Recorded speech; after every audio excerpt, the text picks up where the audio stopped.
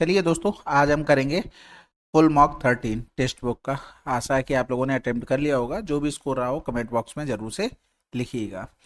तो भाई पहला सवाल है, कह रहा था the cash difference between the selling price of an article at a profit of this and this is this, the ratio of to selling price. भाई देखो, उसने क्या किया, एक ही चीज थी, उसी का प्राइस चेंज किया है और सेलिंग प्राइस में चाहिए था। आंसर लगा दो भाई। 104 किया, 104 का अगर आधा करोगे तो इतना ही तो मिल जाएगा, क्योंकि यहाँ पर 104 106 बन रहा था। तो दो पंजे 10, दो दूनी 4, दो पंजे 10, दो तिया 6, इतना करना ही नहीं था। केवल स्टार्टिंग का ही देखते, यही सब में अलग था, दूसरे से तो मतलब ही नहीं था। तो टाइम आपका सेव होना चाहिए, जैसे भी करो आप लोग। ठीक है, आगे बढ़ते हैं। कह रहा था कि त्रिभुज एबीसी ओ उसका लंब केंद्र बीओसी इतना है, तो बीएसी का मान 60 डिग्री। अगर आप इसमें भी चित्र बना रहे हैं और आपको रिजल्ट नहीं याद है तो भैया बहुत गलत बात है। यहाँ पर अगर ये आर्थो सेंटर बोल देता है ट्रेंगल में, और बी ओ सी ये 180 दे दिया था, ये अगर निकालना हो तो थीटा प्लस का, सॉरी 120 दिया था ना, थीटा प्लस का 120 बराबर 180 होगा, तो डायरेक्ट आना था। इसमें चित्रहार करोगे तो फिर हो गया काम। कह रहा था out of 60 student in the class 70% are boys and rest are girls, the average score of boys in test this. और कह रहा था ओवरऑल जो था वो इतना था, गर्ल्स का पूछा था। भाई देखो, इससे तो मतलब नहीं है। 7 लड़के 3 लड़कियां, हमने इसी में कन्वर्ट कर लिया, 70 और 30 का रेशियो बना लिया। तो यहाँ पर आप देखोगे इनका एवरेज 50, ये 56 था, ये हमको निकालना था। डिफरेंस 6, क्या गुना, 2 गुना। इसका 2 गुना करेंगे तो 14। आप एक चीज देखो, एलिगेशन में जब हम लगाते हैं तो एक कम होता है एक ज्यादा होता है, यानी कि ये 56 प्लस का 14 यानी कि 70। अगला सवाल में देखो भाई, ये तो आसान है। अगर हम इसका डायरेक्ट होल स्क्वायर करते तो ये 4 और ये माइनस में हो जाता 0, ये हमारे पास आ जाता डायरेक्ट। लेकिन 4 तो दिया नहीं गया, तो हमें यूज करना पड़ेगा दूसरे फार्मूले का। तो अगर हम इसका फार्मूला लिखेंगे तो ये 28 माइनस का 3abc बराबर में a प्लस का b प्लस का c, और ब्रैकेट में a स्क्वायर प्लस का b स्क्वायर प्लस में c स्क्वायर माइनस का ab माइनस का bc माइनस का ca। ये आपने पढ़ा होगा, ठीक है ना पूरा। चलो, यहाँ पर अगर देखोगे तो ए बी प्लस का बी सी प्लस का सी ए बराबर क्या आ गया, 0 आ गया। इधर देखोगे तो ए बी सी बराबर क्या आ गया, 4 आ गया। तो 28 माइनस का 12, और ये ए प्लस बी प्लस सी 2 हो गया। जो हमें निकालना है वो ये वाला टर्म है, इसको ए मान लेते, बाकी ये तो हो गया 0। तो ये हो गया 14, ये हो गया 6, 8 आंसर। 2 से काट लिया भाई। अगला सवाल करते हैं। The jeweller what a 1 carat diamond at a discount of 50% above the label price. If after 10% discount he has to make profit of 20%, then by what percentage his marked price should be more than the original price? तो इसमें देखो करना क्या होगा, अगर level कीमत, level जो price था वो हमने 100 माना, 15% की छूट यानी कि 85 में खरीद के लाया। आगे क्या हुआ, 10% छूट के बाद उसे 20% का मुनाफा होता है, तो ये तो सीपी हो गया। और सीपी एमपी का इस कंडीशन में डायरेक्ट रेशियो बनाएंगे तो 20% का मुनाफा यानी कि 120, 10% की छूट दी गई यानी कि ये हो गया 90। भाई देखो, सीपी पर अगर हम डिस्काउंट दे, प्रॉफिट ऐड कर दे तो क्या बनेगा, सेलिंग प्राइस। और अगर हम मार्क प्राइस पर उसका डिस्काउंट लगा दे तो ये भी बनेगा सेलिंग प्राइस। तो सीपी अपॉन एमपी अगर करोगे तो 90/120। तो ये आपको लिखना नहीं होता है, ये आपको डायरेक्ट बनाना आना चाहिए कि जो भी आपको डिस्काउंट दिया जाएगा वो सीपी का नीचे आ जाएगा। देखो लिख दिया, जो भी आपको प्रॉफिट या लॉस होगा वो एमपी के नीचे देखो 20 बढ़ाकर लिख दिया। समझ में आ गई बात। अब यहाँ पर अगर देखोगे तो 3 3 का 9 हो गया, 3 चौकू 12 हो गया। अब अगर इनको देखो सीपी तो हमें बराबर करना पड़ेगा, यानी कि जो लेवल प्राइस है वो हमारे पास 100 गुणे में 3 हो जाएगा, और जो मार्क प्राइस है वो 4 में गुणे में 85, क्योंकि इन दोनों को बराबर करेंगे तो इसमें 85 का गुणा जब इसमें होगा तो इसमें भी 85 का गुणा, यानी कि 4 गुणे में 85 हो गया। अब यहाँ पर कुछ काटना पीटना नहीं, केवल 3 का भाग कर दो। इसमें 4 पंजे 20 हो गया, 4 अट्ठे 32 और 2 34, 3 का भाग कर दो। 3 एकम 3, 3 एकम 3, 3 3 का 9.33, तो कितना बढ़ गया, 13.33। अगला सवाल समझ गए ना, हमसे यही पूछा गया था कि लेवल कीमत से उसकी अंकित कीमत कितनी ज्यादा होनी चाहिए, तो इतनी ज्यादा होनी चाहिए। आशा है समझ गए होगे, इतना कुछ नहीं था, बच्चों ही वाला सवाल था। कह रहा है, एक पाइप किसी टंकी को 15 में भर सकता है, रिसाव कारण 20 घंटे में भरती है। यदि टंकी भरी हुई और पाइप बंद है तो रिसाव पूरी टंकी को कितने देर में? भाई बहुत आसान है, 15 गुणे में 20, दोनों का डिफरेंस कर देंगे तो 5, 5 चौको 20, 15 चौको 60, आंसर। भाई आपको बताया था कि ए अगर कोई काम कर रहा है एक्स दिन में, ए यहाँ पर बनाने वाला है, बी यहाँ पर बिगाड़ने वाला है, ये बाई दिन में कर रहा है, तो एक्स इंटू बाई एलसीएम लेंगे, इसकी इफिशियंसी बाई, इसकी एक्स आ गई। अब आप क्या करोगे, दोनों का डिफरेंस करोगे तभी तो बी निकल कर आएगा, और वो इसी का ही पूछेगा भाई, जब इसका तो दिया ही है, इसका तो पूछ ही नहीं सकता, केवल इसी का पूछ सकता है। तो वही चीज हमने डायरेक्ट की, एक्स वाई अपॉन में ये हो गया एक्स माइनस का बाई, ये ध्यान रखना बड़े से छोटा ही घटाएंगे, तो ये डायरेक्ट हमारे पास जो बी काम कर रहा है वो निकल कर आ गया। वही हमने किया, 15 गुणे में 20, दोनों का डिफरेंस 5, 60 आंसर। अगला सवाल, अच्छा इंग्लिश दिखा दे, इंग्लिश, इंग्लिश ये रहा है, ठीक है। चलो, the sum of three numbers is 280, the ratio between the first and second number is this, the ratio between the second and the third number is second. Okay, बहुत आसान है भाई, ऑप्शन इतने बढ़िया दिए गए थे। पहले देखो, सेकंड नंबर पे 3 का मल्टीपल, ये हो सकता है, ये नहीं। अब 4 का मल्टीपल केवल एक ही है, खत्म। बाकी रेशियो आप आराम से बनाते रहना। जो देखो, हम हमेशा बोलते हैं इजी सवालों को आप जल्दी कर सकते हैं, जो भी अच्छे लेवल के सवाल आ गए उनको आप विद इन टाइम में नहीं कर सकते। इनके लिए टाइम लाओगे कहाँ से? जो इजी सवाल है इनसे टाइम बचाकर, क्योंकि यहाँ पर तो बहुत लोग होंगे जो पेपर दे के आएंगे, फिर आपको यूट्यूब पे सोल्यूशन मिल जाएगा कि ये कैसा सवाल था, क्या करके आए आप लोग, क्या हो रहा था। भाई ऐसा नहीं होता है, आप इतने मॉक टेस्ट दे चुके हो, आप बताओ ना नए सवाल में कितनी ट्रिक लगा ली, कितना शॉर्ट अप्रोच कर लिया। वहां 1 घंटे में इतना सबको सोच पाना पॉसिबल नहीं होता है, करने के कहने के लिए कुछ भी कह दो। तो ये आपके पास होना चाहिए, जो इजी सवाल है ना इनको उड़ाने हैं आपको, और वो हो तभी पाएंगे जब उस टाइप के बार बार क्वेश्चन कर लोगे, अदरवाइज पॉसिबल नहीं होती। आप स्टेप्स कटिंग कैसे करोगे, क्योंकि आपके दिमाग में स्टेप्स ही नहीं है उस सवाल के लिए, तो ये दिक्कत होती है, ठीक है। कह रहा है, एक नदी के प्रत्येक किनारे पर एक दूसरे के ठीक सामने 2 मंदिर हैं, यदि मंदिर 54 मीटर ऊंचा है, इस मंदिर के शीर्ष दूसरे मंदिर के शीर्ष और आधार के अवनमन कोण इतने और इतने, तो मंदिर की ऊंचाई क्या है? भाई देखो, एक भाई ने इसका पूछा था कि वहां तो अवनमन कोण दिया गया है, ये उन्नयन कोण कैसे कर लिया, जब ओलिवोड का सोल्यूशन कराया था। एक चीज हमेशा ध्यान रखो, ये होता है उसका अवनमन कोण, ठीक है। अगर ये थीटा है तो ये पैरेलल लाइन होती है, ये भी थीटा ही बनता है, तो ये चीजें आपको पता होनी चाहिए छोटी छोटी। भाई देखो, यहाँ पर हमारे पास एक मंदिर है, ये इस तरीके से, एक दूसरा मंदिर बना हुआ है, और इनके हमारे पास बेस हैं ये। अब इसके शीर्ष के साथ कोई एंगल बना रहा था, और इसके बेस के भी साथ कोई एंगल बन रहा था। इसके साथ ही साथ अगर हम इसको मिला देते हैं तो ये इस तरीके से हमारे पास चित्र बन गया, बढ़िया सुंदर सुशील टिकाऊ। इसके साथ 30 डिग्री, देखो उसने क्या कहा था, टॉप के साथ, फुट के साथ कितना बना रहा था, 60 डिग्री, तो ये हो गया। अब कह रहा था एक टेम्पल है, इसकी लंबाई हमें 54 दे दी थी।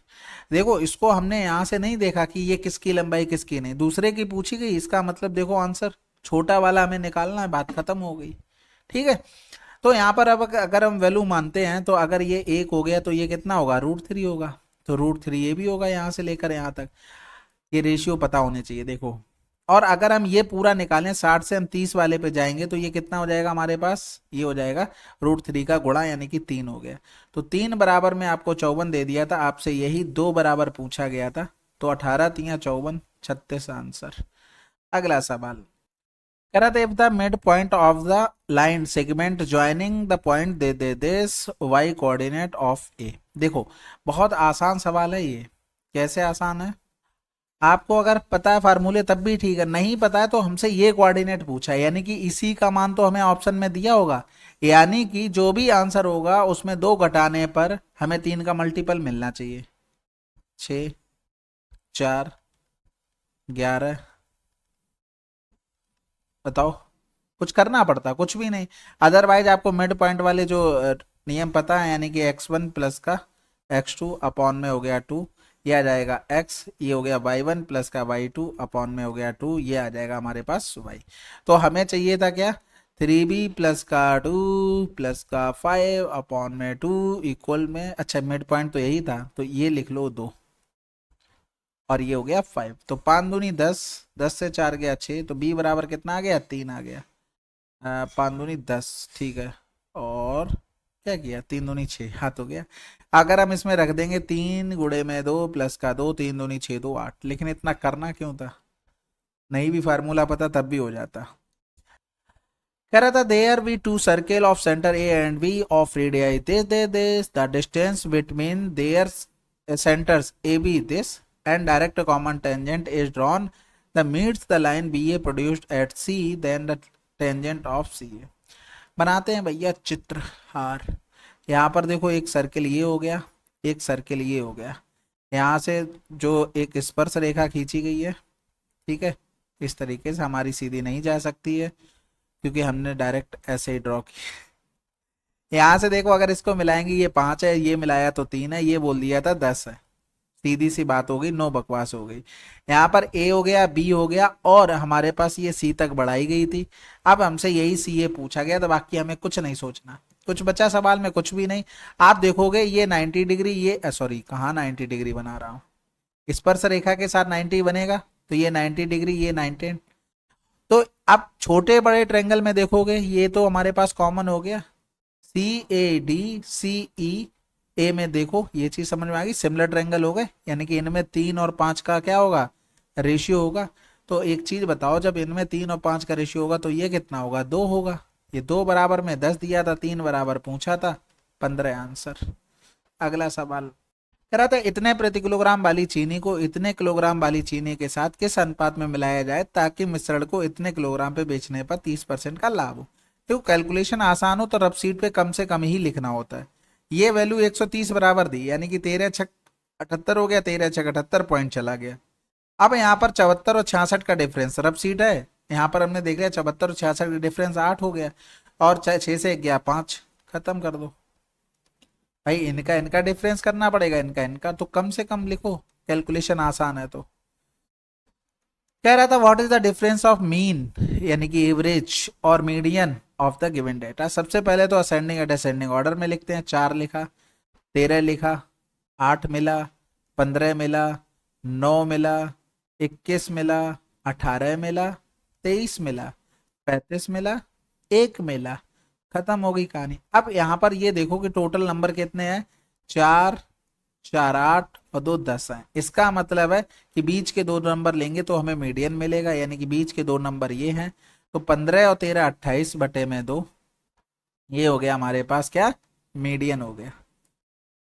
अब अगर हम पूरा देखेंगे 15 13 28 तो जोड़ ही चुके हैं, अब इनको जोड़ने का कोई मतलब नहीं है। बाकी 4 1 5 8 5 13, 13 और 9 कितना हो गया 22, 22 और 8 30 10 40, 40 और 20 60, 61 और 3, 61 में 3 जोड़ा कितना होगा 64, 64 और 20 84 हो गया, 84 और 84 और 5 कितना होगा 89, और 30 और जोड़ देंगे यानी कि 119 हो गया।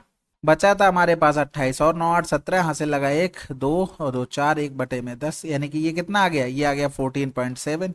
इधर कितना आया था 14, डिफरेंस 0.7। ये तो कैलकुलेशन का सवाल था, केवल आसान था।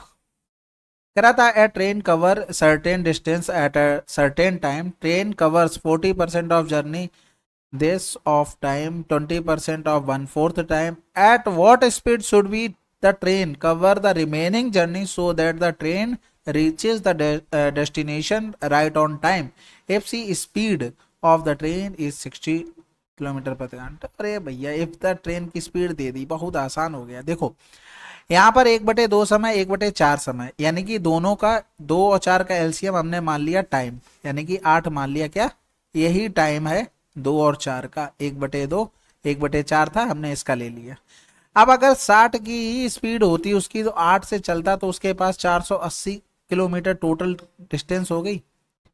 अब उसने क्या किया है, यहाँ पर कुछ कुछ कवर कर लिया है। क्या क्या कवर कर लिया भैया, 40% 20%, यानी कि 60% कवर कर लिया। तो 480 का 60% कवर कर लिया, तो बचा कितना है 40% बचा, इतना ही तो बचा है। अब इसके अलावा देखो टाइम कितना जा चुका भाई, 1/2 1 ले गया, 4 ले गया, 1/4 1 ले गया, 4 दूनी 8, 4 2 6 टाइम चला गया, बचा कितना 2 टाइम बचा है। अब इसी 2 टाइम से हम भाग कर देंगे तो हमारे पास स्पीड निकल कर आ जाएगी। तो ये कैंसिल आउट, ये कैंसिल आउट, ये 2 बार 48 दूनी 96, यही आंसर है। अगला सवाल कह रहा था समलंब का क्षेत्रफल इतना दिया गया था, दो समांतर भुजाओं के बीच की दूरी इतनी है, समांतर भुजा 20 है तो दूसरी निकालनी है। भाई देखो सबसे पहले तो हमारे पास क्या आया कि ये दिया था 15, तो 15 तिया 45 हो गया, 3 बचा, 15 दूनी 30, 32 दूनी 64, 20 माइनस किया 44 आंसर। अब आप पूरा फार्मूला वगैरह लगाओगे तब तो फिर हो गया पैरेलल लाइन का सम, ये फार्मूला होता। हमने यहाँ पर डायरेक्ट इससे 15 से भाग किया, 2 का गुणा किया, 20 माइनस कर लिया था। ठीक है, इसमें देखो ये तो डायरेक्ट सी एन डी वाले फार्मूले पे है तो बिल्कुल आसान है, 6 थीटा और 6 यानी कि ये कट जाएगा आंसर। बाई 2 साइन 4 प्लस का 2 पूरा ही लिख लें, और इधर हो गया कॉस 4 थीटा माइनस का 2 थीटा बाई 2। कॉस में प्लस वाले में कॉस डोमिनेट करता है, कहने का मतलब ये है कि कॉस प्लस वाले में कॉस ही आएगा और कुछ नहीं आता है। तो ये इससे कैंसिल आउट, ये इससे कैंसिल आउट, ये बचा क्या। अगला सवाल कह रहा था if the following figure not scale है ए बी बराबर सी डी और ये produce to meet P, B A D 70 है तो पी का मान, बी ए डी 70 है तो ये भी 70 होगा, और ये कितना हो गया 40 हो गया। अब ये चीज़ नहीं समझ पाए तो देखो डायरेक्ट ऐसे समझ लिया करो, कोई भी वैल्यू पुट कर लो। जैसे हमने यहाँ पर 7 रख लिया, ये 7 रख लिया, ये यहाँ पर 5 रख लिया, तो ये वैल्यू कितनी होगी बताओ। भाई आप क्या करोगे, 5 गुणे में 12 और एक्स, एक्स प्लस का 7, एक्स की जगह क्या रखोगे बताओ भाई।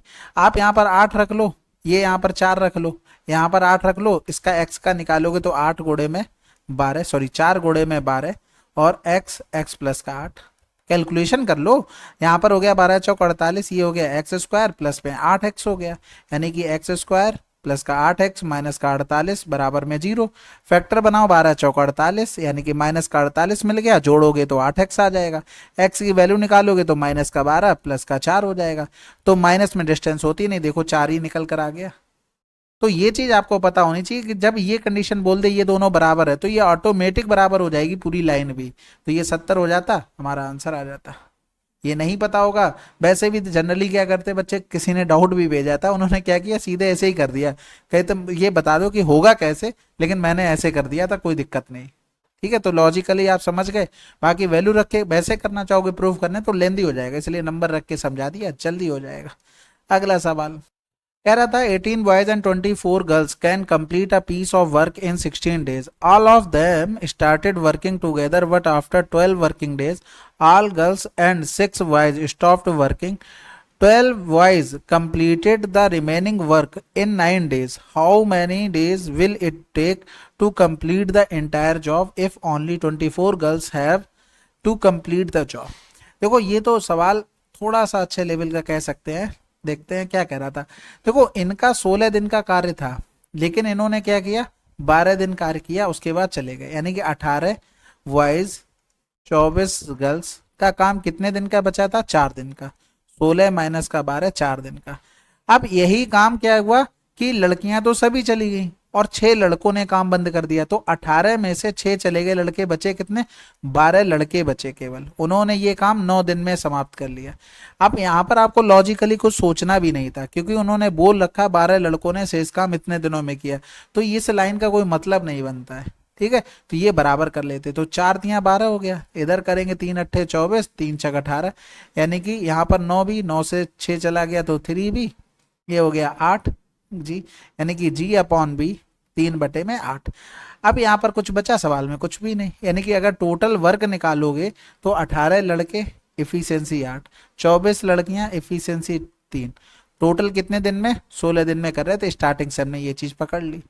अब क्या करना है, केवल x दिन में काम होना है, लेकिन कर कौन रहा है 24 लड़कियां कर रही हैं, लड़कियों की एफिशिएंसी 3 थे, इसको हमें करवाना था। तो सबसे पहले 3 हटा दो, 3 हटा दो, 3 छक 18 हटा दो, फिर 8 हटा दो, 8 तिया 24 हटा दो, 8 तिया 24 हटा दो, फिर से 3 हटा दो, 3 दूनी 6, 3 एकम 3 हो गया, 2 1 3, 16 तिया 48, यही हमारे पास आ जाएगा आंसर। अगला सवाल P, Q and R invested in business in the ratio of this respectively. After 1 year, R withdraw 50% of his investment. P invested an additional 60% of his investment after 2 years. So what is the ratio of distribution profit among them respectively? यानी कि 5 6 8 था, ये P था, ये Q था, ये R था। Changement are ने किया है, पी ने किया है, लेकिन क्यू ने कोई चेंजमेंट नहीं किया है।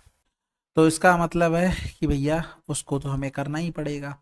तो पूरे 2 साल की बात थी, इन्होंने 1 साल बाद चेंज किया, इन्होंने 1 साल बाद। आर ने 50% क्या किया है, आर विड्रॉ कर लिया 50%, 8 का 50% 4 विड्रॉल कर लिया, तो 4 बचा 1 साल के लिए। इन्होंने 2 साल के लिए किया। इन्होंने क्या किया भैया, 60% इन्वेस्ट और कर दिया एडिशनल। तो 60% यानी कि 5 का 160% निकाल लेते हैं तो 80 हो जाएगा, यानी कि 8 और 1 साल की। तो भैया अगर यहाँ पर देखोगे तो ये हो गया 40, 8 5 13, सॉरी ये 12 हो गया, ये 8 4 12 हो गया, तो यही आंसर। अगला सवाल, इसको देखो भाई, ये तो आसान है भाई। 14 की जगह अगर हम वैल्यू रख दें तो क्या आ जाएगा, सेक थीटा। जितना लिख रहा हूँ ना, इतना लिखने की जरूरत नहीं है। ये सेक थीटा इस साइड जाएगा तो सेक स्क्वायर थीटा माइनस का 1 बराबर में एक्स, तो ये क्या होता है, टेन स्क्वायर थीटा। अगला सवाल, ये तो आसान है, आप लोग खुद से करेंगे इसको। तो कह रहा था an unbiased dice is thrown, what is the probability of getting a multiple of 3। देखो कोई पासा है, वो उछाला जा रहा है, 3 का मल्टीपल क्या क्या आ सकता है, 3 और 6, यानी कि 2 ही आ रहा है, और एक ही पासा उछाला गया तो 6 पॉसिबिलिटी है टोटल, 1/3 हो गया। आगे बढ़ते हैं भाई। इसको देखो भाई, डायरेक्ट कर लेते हैं, एलसीएम लेंगे तो x+4 का होल स्क्वायर प्लस में 3 स्क्वायर और बराबर में 3x+ का 4 हो गया। अगर इसको भी हम दूसरी साइड लेके आना चाहते हैं तो इसको भी हम कर लेते हैं, इधर आ जाएगा, ये माइनस का बन के बराबर में हो गया हमारे पास 0।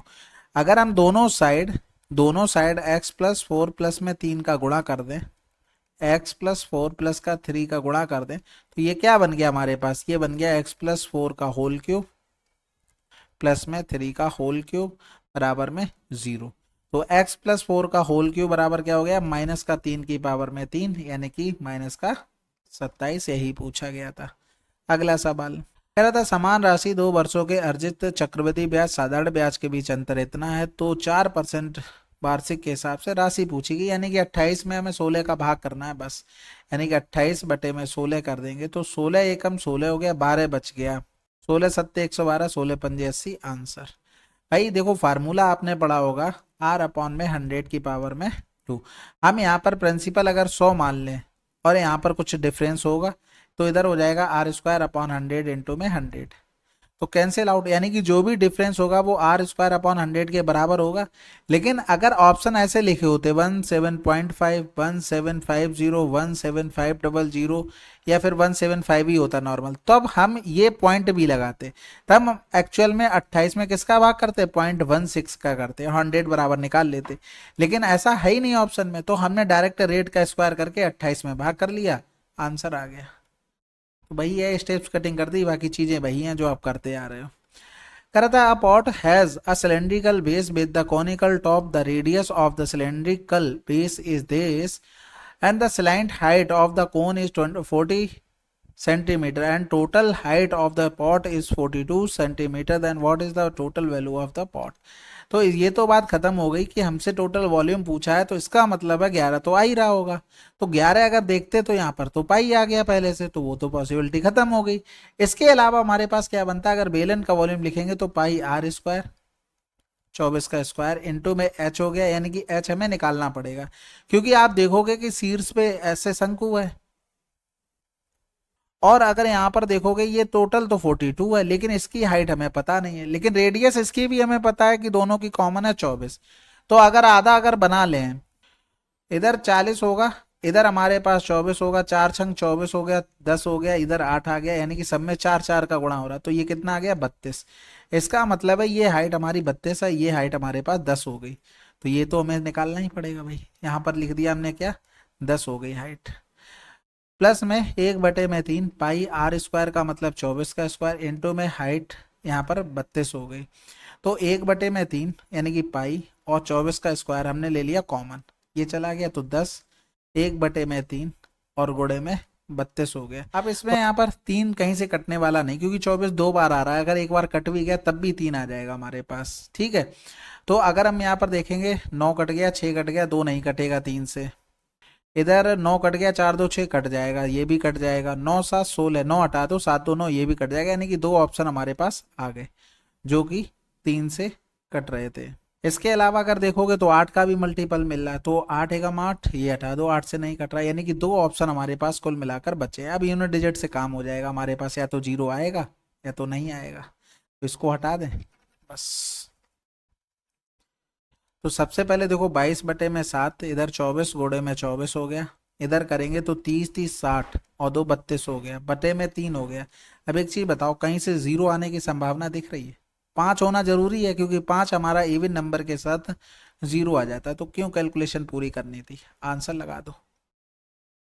अगला सवाल करते हैं भाई।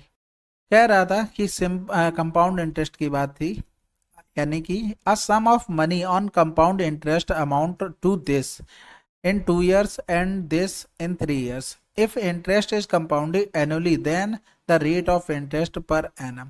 तो भैया ये कह रहा था कि तीन से दो, तीन और दो में डिफरेंस एक का, यानी कि एक वर्ष का हमें रेशियो बनाना है और डायरेक्ट रेट निकाल लेना है बस।